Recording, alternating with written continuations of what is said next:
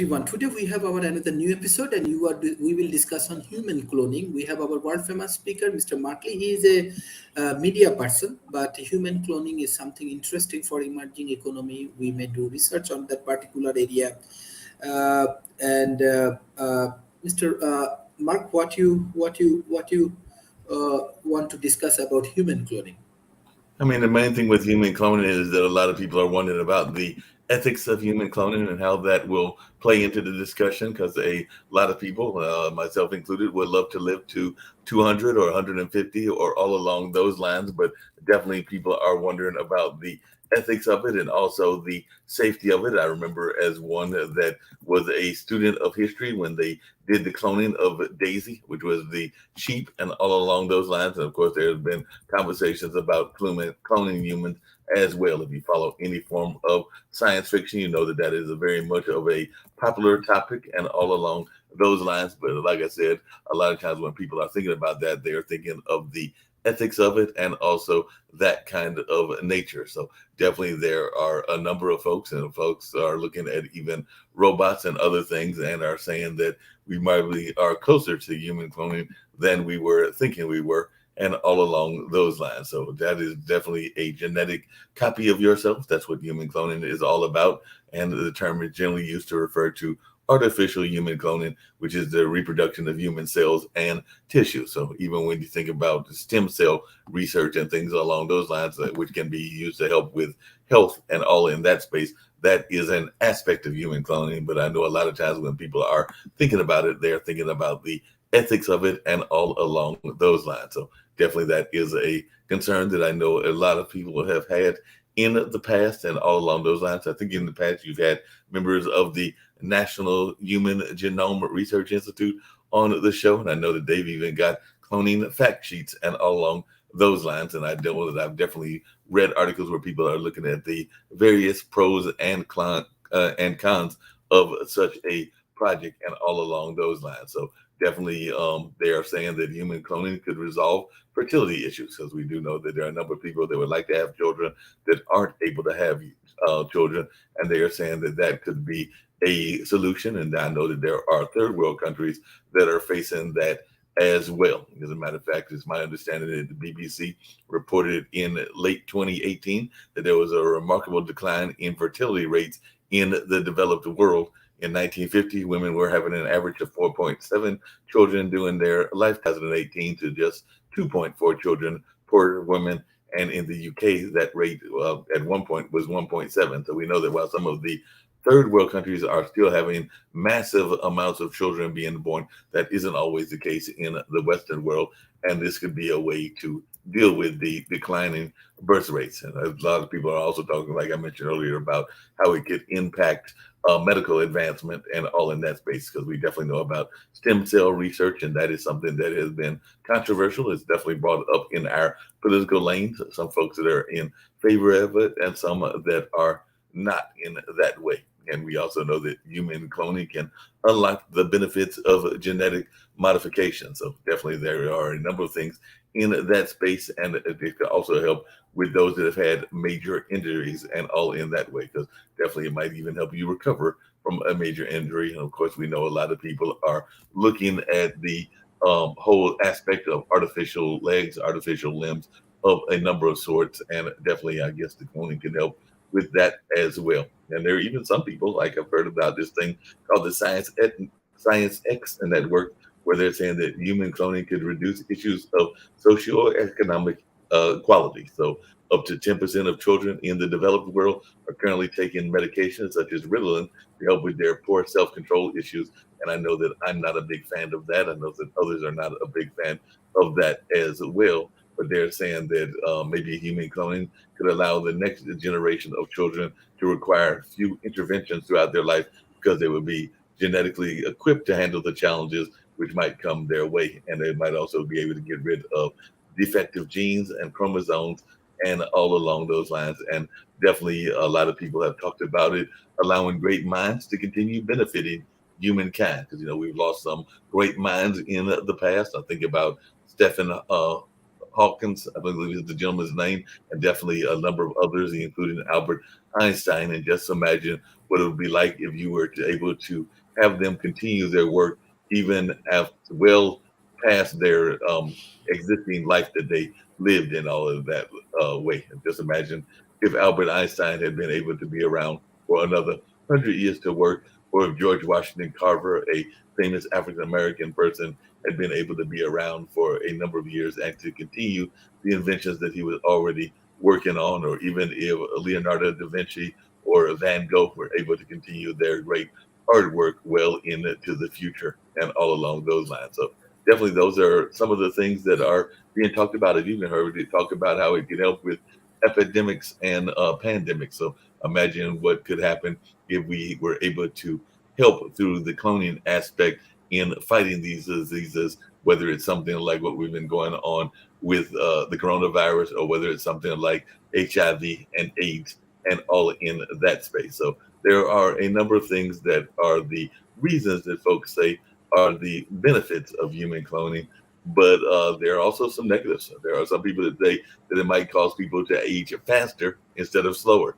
So as cells begin to age, there are issues around that, and that could be something where maybe you are doing like that Benjamin Button thing, and you actually age faster, but versus it slowing it down, and all along those lines. And of course, the main thing that most people are concerned about is the economics, because it is not a cheap process in the least bit. So some people will be wondering about the aspect of who can afford it and all along those lines. So I do know that that is a major concern that folks have, is the affordability and how available it would be to the mass population and all along those lines. Because even if you think about where you are, you're over there in Bangladesh and all in that space, or Malaysia, I should say. And just imagine how difficult it would be for somebody in your country to get even the cloning technology and all along those lines. So I do know that that is a concern that people have. And of course, they are also talking how long it takes to even get the human clone, because apparently it requires over 100 embryos to create one viable animal clone in many instances. And there are some people that are worried about that and all along those lines. As a matter of fact, there was an extinct wild goat, the Bogardo, that only lived for about 10 minutes after it reached a stage of meaningful life. That is why the process is illegal in most parts of the world, because imagine the sacrifice and the amount of people that you would have to sacrifice and all along those lines. And of course, a lot of the religious people are very worried about it all in that space, because there are a lot of people that had ethical and moral objections to the science of cloning. And when Dolly the sheep was born as a clone in 1997, it did not take religious leaders long to speak out against the science from the pulpit. The Roman Catholic Church is against human cloning of any kind, and they have held that position since 1987. And even Jewish leaders do not necessarily see a fertilized embryo as having full human status. So even with what we've been going on in the United States with the recent overturning of Roe versus Wade and the Dobbs decision, I am sure that there are people that will be adding that into the conversation as well. So there's a number of things that are looking at, including our DNA diversity and how it could contaminate that and all along those lines. And of course, people are also wondering about the exploitation aspect of it as well. Matter of fact, the Center for Bioethics and Human Dignity suggested one of the most significant disadvantages of human cloning will be how it could lead to a new exploitation of women. And if you've ever watched the movie Handmaid's Tales, you know that that is something that was a conversation point, because there were literally women in that movie, and some people, even modern day women, are fearful that we are heading in that direction, where women were basically used as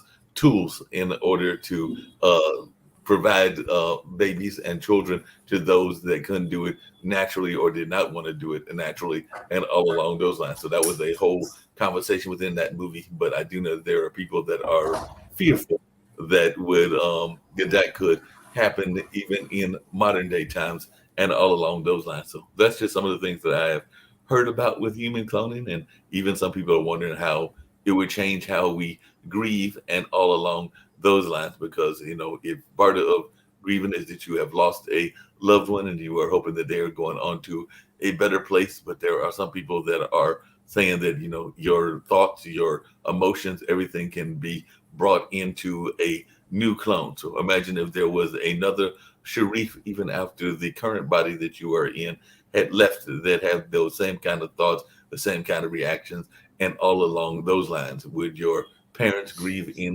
that same way if there was a identical version of you and all along those lines? So that's something that folks are wondering about, even from the emotional standpoint and all along those lines. And then the whole question becomes about the soul and the role of God and a number of other things. So there are all kinds of things that are being raised, including the financial end of things, the ethical things end of things, and a number of other things. So that's just some of my initial thoughts. I don't know whether you had any specific questions or any thoughts of yourself around it, but I do know that a number of countries, including countries in the West, have been doing research in the field. But I think that is a concern that many people have, is how it will be treated and what will happen in that lane. So I don't know if they're doing a lot of research in your home country within that area and all in that space, but it would be interesting to see how it goes and if people are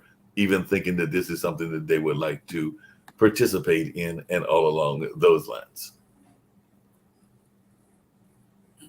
Thank you. What are the benefit as like human cloning has? What do you think? I mean, Is there any the benefit most for human benefit cloning? the most benefit, like I said, is in some cases it's health benefits, because there are people that are facing health issues and all along those lines. There are a number of people that would like longevity in their life and all in that space. So I think that's another reason that people are looking at clones and all along those lines.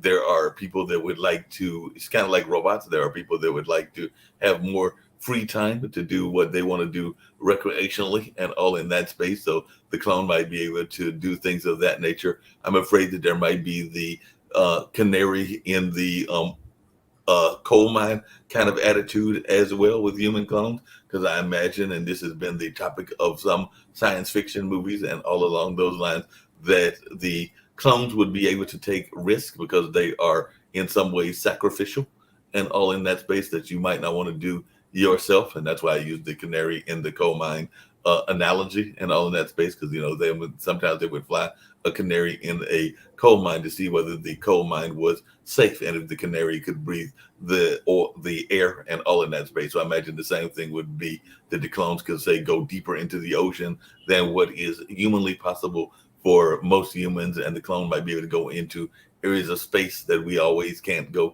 into. So that is one of the benefits that might be there with the clone and all along those lines, because a lot of people would like to have a longer longevity and all in that space. So that is the stuff that is going on in that way. And as most people know, there has yet to be a human cloned at all and all in that space. That doesn't mean that it can happen, because like I said, the sheep has been cloned.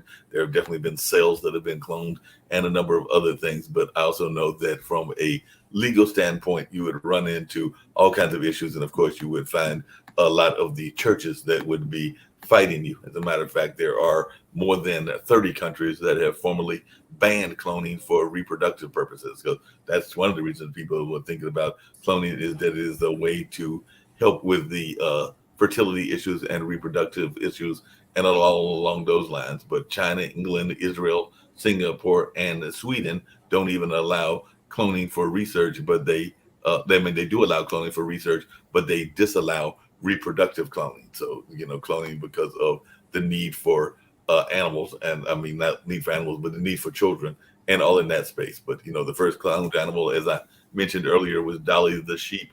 And that was way back in 1996 when a Scottish blackface sheep surrogate mother gave birth to Dolly at the Rosalind Institute, which is part of the University of Edinburgh.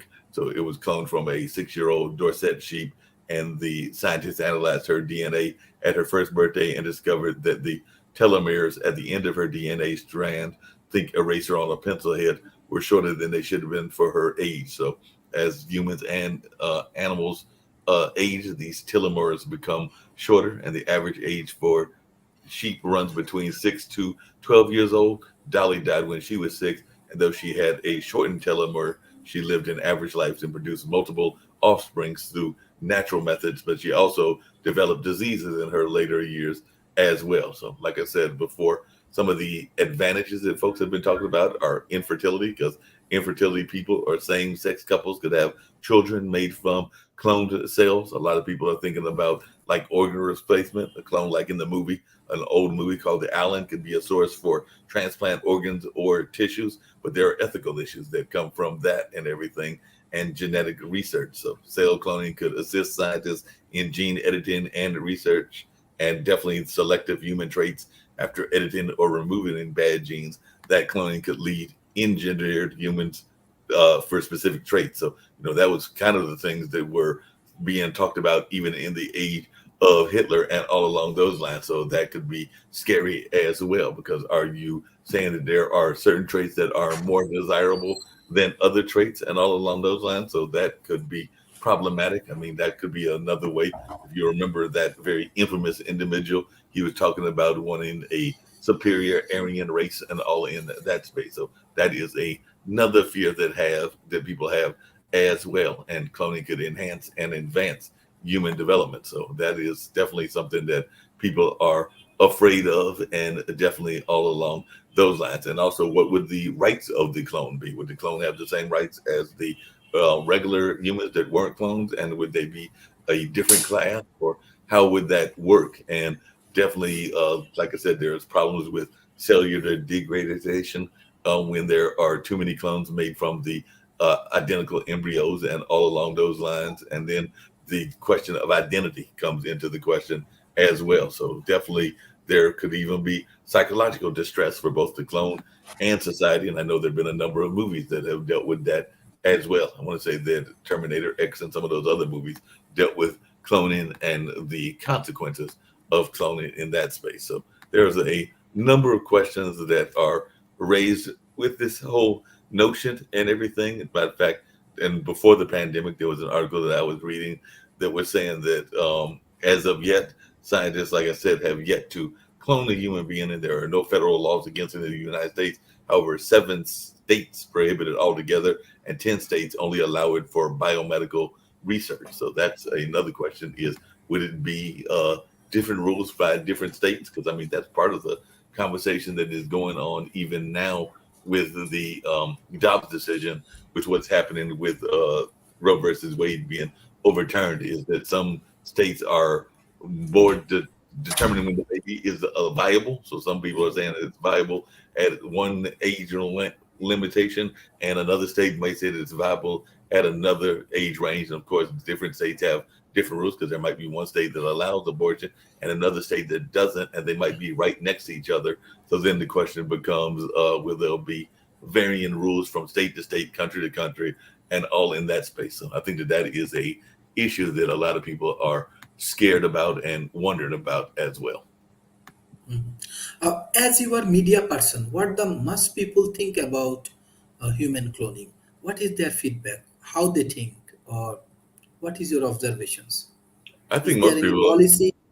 Is there any policy in USA for No, human there's no cloning? policy about cloning. I mentioned some of the policies that exist and everything, but there is a lot of fear around cloning, because there's a fear of whether it will be beneficial to the human and all in that space. Like I said, some cloning can be beneficial, because there is definitely embryo cell research, there is stem research. So I guess the question becomes, are you just cloning a part of the body, or are you cloning the entire body and all along those lines? Because I mean, I definitely have relatives and friends that have gone through things like significant diseases, be that multiple sclerosis or MS and all along those lines. And of course, I've known some people that have had various transplants, be that a leg, be that a hip, or be that a heart, or even kidneys and a number of other things. So will there be cloned versions that are better? So maybe you are having some things that are helping the human recover and all in that space. So maybe it's not an entire cloning of the person, because that is another thing: is are you cloning the entirety of the human, or are you just trying to make them better and all in that space. Because I mean, there are some people, if you remember an old movie that was out there called, well, actually, it was a movie and several sequels, which was Bionic Man, Bionic Woman. I think there might have even been a Bionic Child, and all in that space. Or are you just trying to clone specific parts of the body that are fading, or are you talking about cloning the entire body? And if you're cloning the entire body and creating a copy of yourself, is it a true copy or is it a copy that has flaws? Because if you think about things that are copied, even like if you think of, and I know you do a lot of work with students, is a paper that is copied as good as the original, and is it able to be as have the imperfections fixed and all in that space and everything? So yes, you might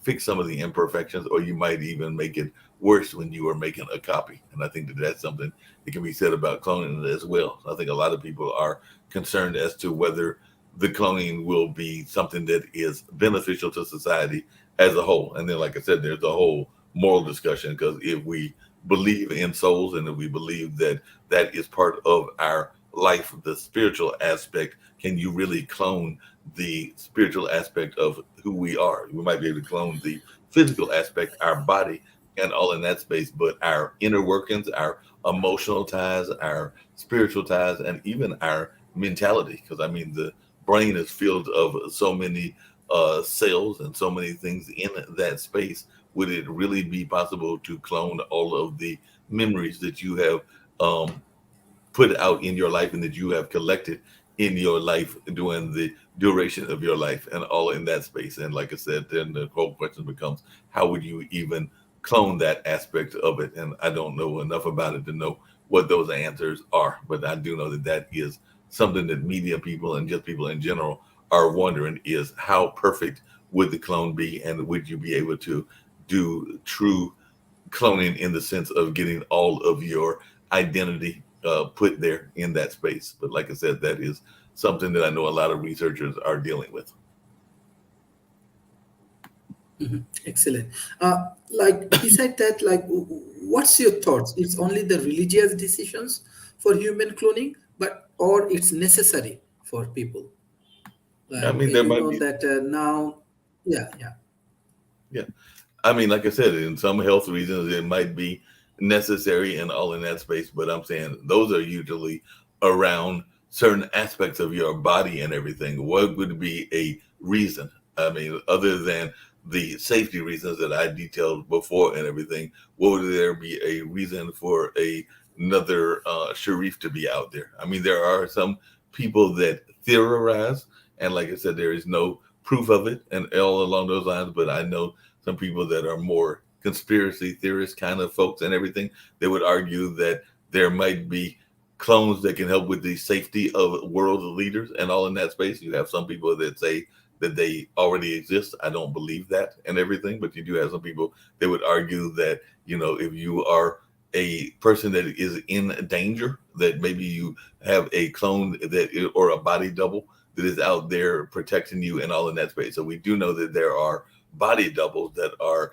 there with world leaders, whether that is Putin, whether that is the president of the United States, Mr. Biden, or whether that is a number of other world leaders. We do know that they have doubles that are out there serving as like a decoy and all in that space, but they aren't necessarily clones. But imagine if you would and you could and everything, if you were in a country that is a democratic country like the United States, or any of those countries in Asia and Africa that are democratic countries. Imagine how much more campaigning you could do if you had a clone or two that was doing the campaigning for you and all along those lines. And even if there were places that you didn't feel safe at, maybe you put out a sacrificial clone, for lack of a better term, and all in that space. But maybe you feel that there could be attempts placed on you in certain places, or that you felt threatened. So maybe that's where you put a clone at, in the sense of that is something that is sacrificial. But like I said, the clone, I imagine, would have the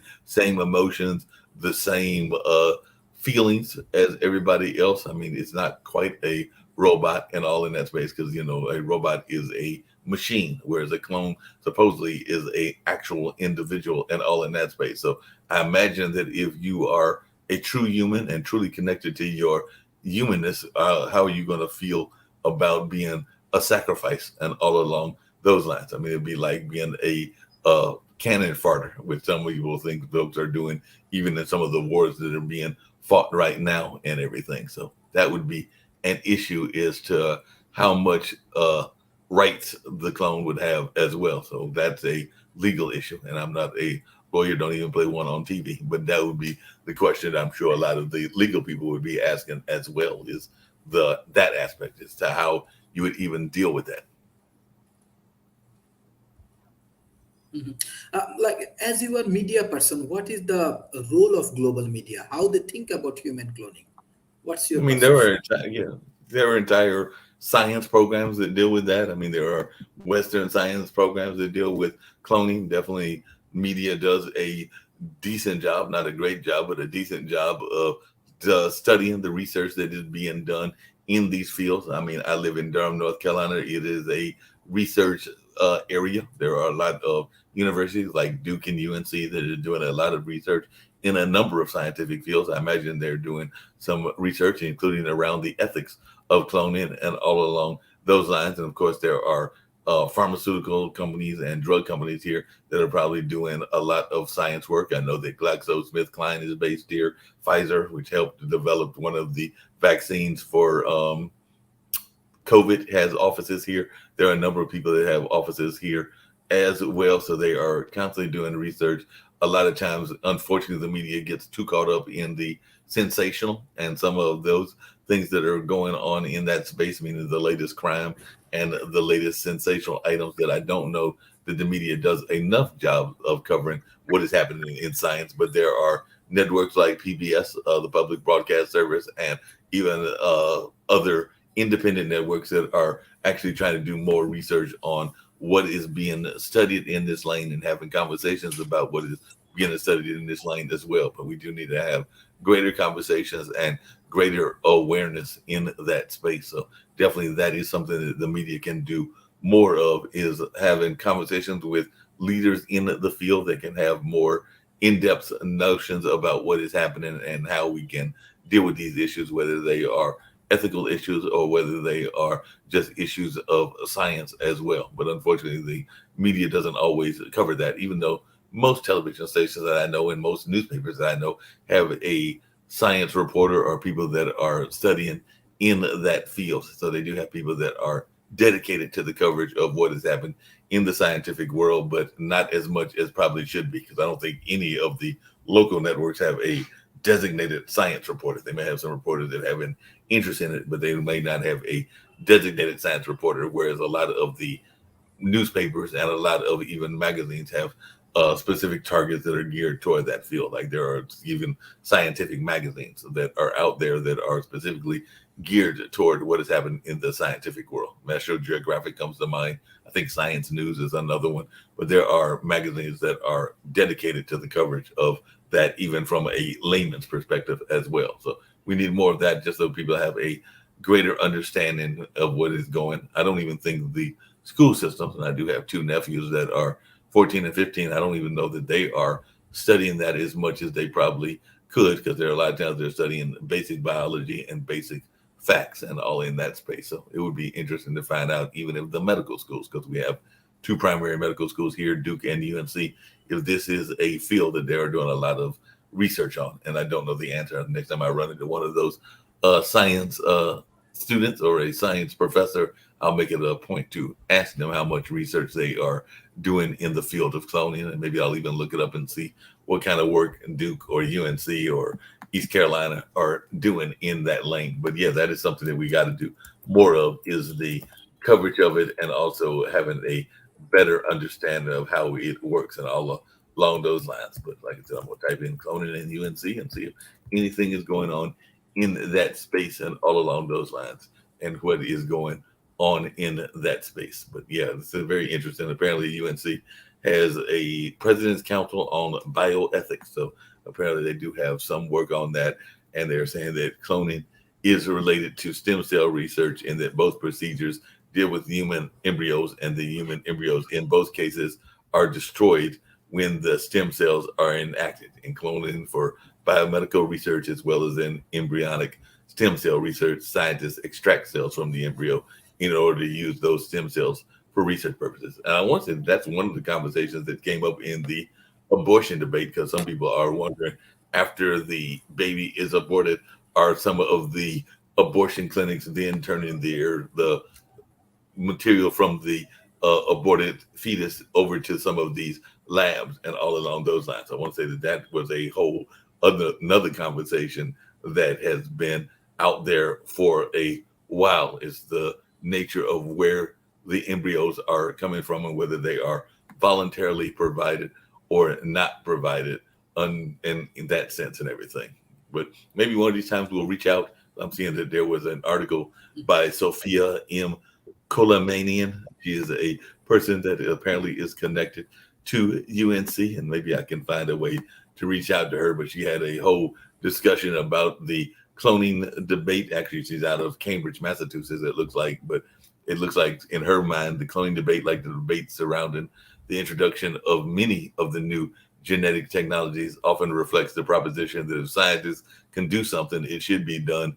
And scientists introduce new technologies with inflated promises of potentially solving the world's problems, genetically engineered crops to end world hunger, or mapping the human genome as to end disease. And the researchers and their investors, because that's another major issue, is the investors and how much of it is a fiscal windfall for some of those that are making money off of it, promote these technologies without proof of actual benefit or lack of harm. And that's what she said. And in reality, many of these miracle inventions could cause harm, and to date, few of the promised benefits have actually come to be realized. So human cloning, according to this particular woman, represents another one of these false miracles. It would cure no diseases, while it could markedly alter our relationship to each other and the natural world. So they are arguing in this article that human cloning cannot proceed without crossing numerous ethical boundaries and with no identifiable benefit to the technique. Existing social and legal arguments against it should not be set aside. And they're actually arguing that it should be permanently banned, and all in that space. And like I said, there are different folks that have more harsher attitudes around it and all along those lines. So it'll be interesting to see what is going on in that space and all along those lines. So there's even the threat of eugenics, which are people are concerned about as well, which that is sometimes tied in there, which is eugenics being the attempt to improve human beings, not by improving their economic, social, and educational opportunities, but by altering the genes with which they are born. So cloning would allow scientists to begin with a known human prototype, the person to be cloned, and then improve it by modifying specific traits. So I mean, that's one of the main concerns that people have, is would you be trying to create, as I mentioned earlier, that perfect race and all along those lines, and how would that play into what most people like about the world, which is the fact that we are a very diverse world with different ethnicities, different religions, different two main genders. And of course, there are some that would argue that there are other folks that are not quite in either the male or the female category and all along those lines. But how much of that diversity would be threatened if we were to continue with cloning experimentations and all in that space? And like I said, there is definitely the safety concerns and all in that space. So if definitely, even after Dolly was born, then President Clinton convened a National Bioethics Advisory Commission to review those legal and ethical issues. So I think that even though that was way back in the Clinton administration, those are still things that are being looked at and explored even at this particular time.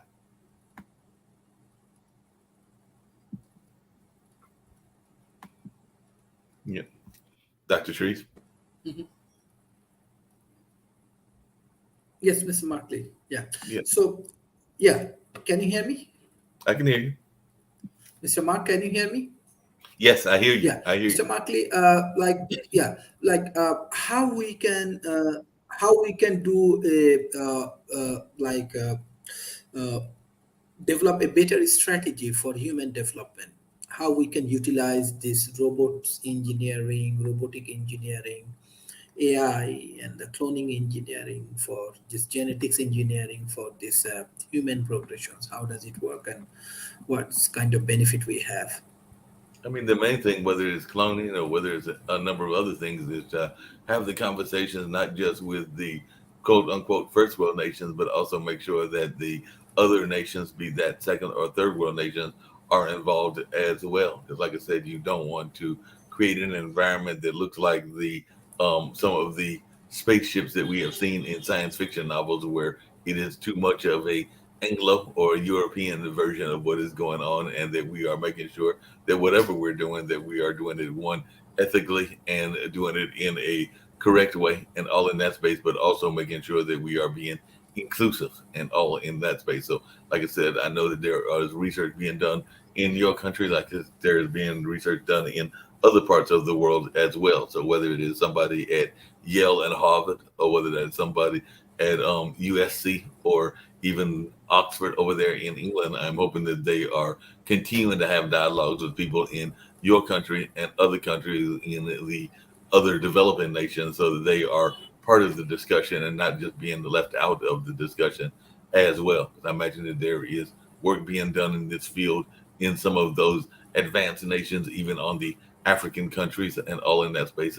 I imagine, and I don't know this for a fact, but I know in what I know about the developments and their interest in science, I imagine that Israel, Nigeria, Kenya, and even South Africa are probably doing some work in this field with their own researchers and all along those lines. I know you've had guests in the past from Brazil and some of the Latin American countries, and I imagine that they are doing work in this field as well. So that's one of the things that I hope will go on, is that we will continue to have global discussions so that everybody can benefit if there are going to be benefits from it and all along those lines. But like I said, there are some serious concerns that people have, both the layman as well as just in folks in general, whether that be academics or whether that be the common man, that are wondering the consequences of what can be done in this lane. Doesn't mean that we shouldn't continue the research and continue the work, but we've got to make sure that we're doing it in a responsible way.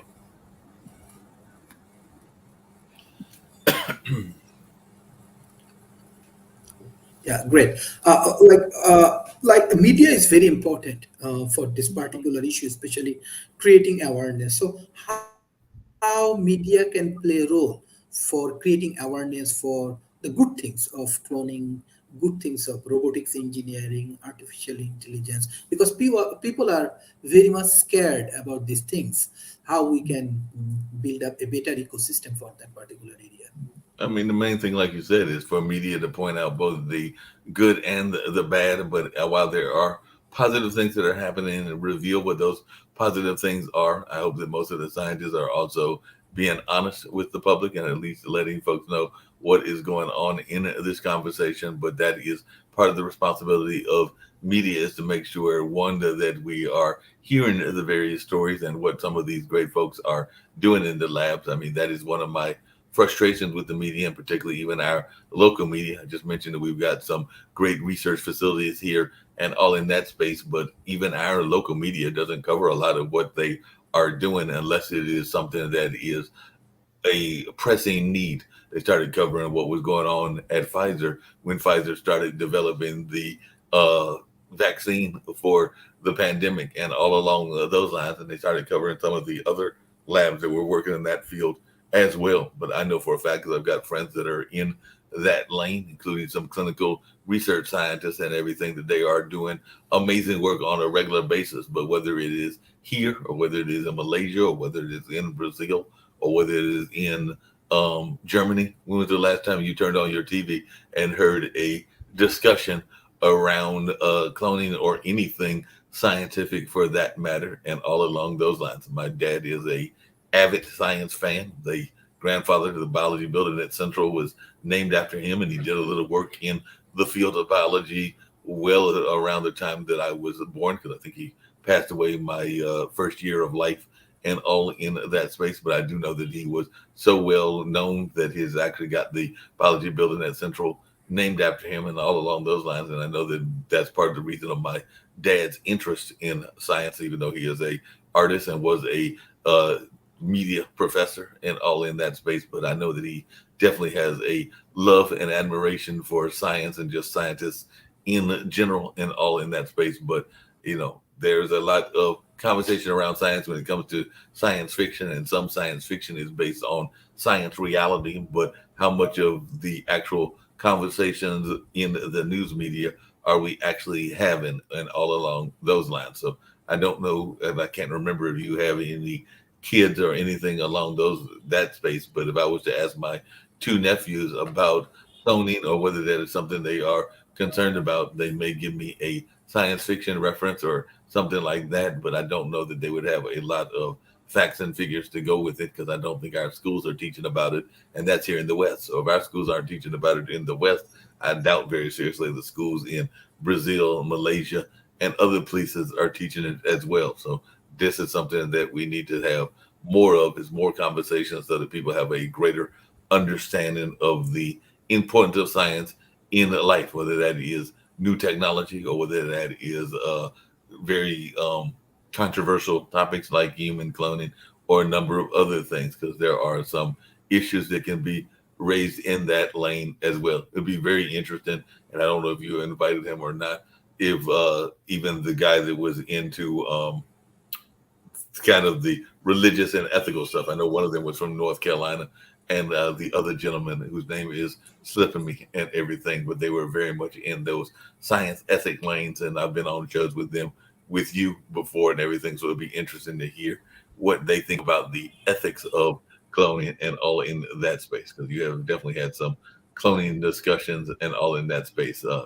think David is the guy's name that I'm trying to remember, and all along those lines. But definitely it'll be interesting to hear their thoughts about it. Even the young lady from, I think she lives in Europe now, but she might have been of Brazilian descent and all in that kind of way. But there are a lot of those folks that you've had in the past are definitely more in the ethic lane. It would be interesting to hear their thoughts about the ethics of what is going on in this space, and whether it is something that we should even be pursuing, or maybe we pursue it in space travel and all in that space. Because like I said, there are things that we as humans either can't afford to do or are afraid to do. I mean, the clone would almost be, in my mind, like a artificial version of what goes on with our migrant community, because there are people that literally are not going into jobs and are letting the migrants have those jobs because they are either afraid of the job or they are uninterested in the job, because